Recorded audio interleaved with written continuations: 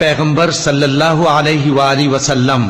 مسلمانوں سے کہہ دو کہ جب اپنی بیویوں کو طلاق دینے لگو تو ان کی عدت کو پیش نظر رکھ کر طلاق دو اور عدت کا شمار رکھو، اور اللہ سے جو تمہارا پروردگار ہے ڈرو، نہ تو تم ہی ان کو ایام عدت میں ان کے گھروں سے نکالو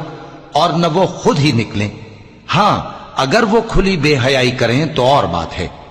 اور یہ اللہ کی حدیں ہیں، جو اللہ کی حدوں سے تجاوز کرے گا وہ اپنے آپ پر ظلم کرے گا۔ اے طلاق دینے والے، تجھے کیا معلوم شاید اللہ اس کے بعد رجعت کی کوئی سبیل پیدا کر دے۔ پھر جب وہ اپنی میعاد یعنی عدت ختم ہونے کے قریب پہنچ جائیں تو یا تو ان کو اچھی طرح سے زوجیت میں رہنے دو یا اچھی طرح سے علیحدہ کر دو، اور اپنے میں سے 2 منصف مردوں کو گواہ کر لو، اور اے گواہو اللہ کے لیے درست گواہی دینا۔ ان باتوں سے اس شخص کو نصیحت کی جاتی ہے جو اللہ پر اور روز آخرت پر ایمان رکھتا ہے۔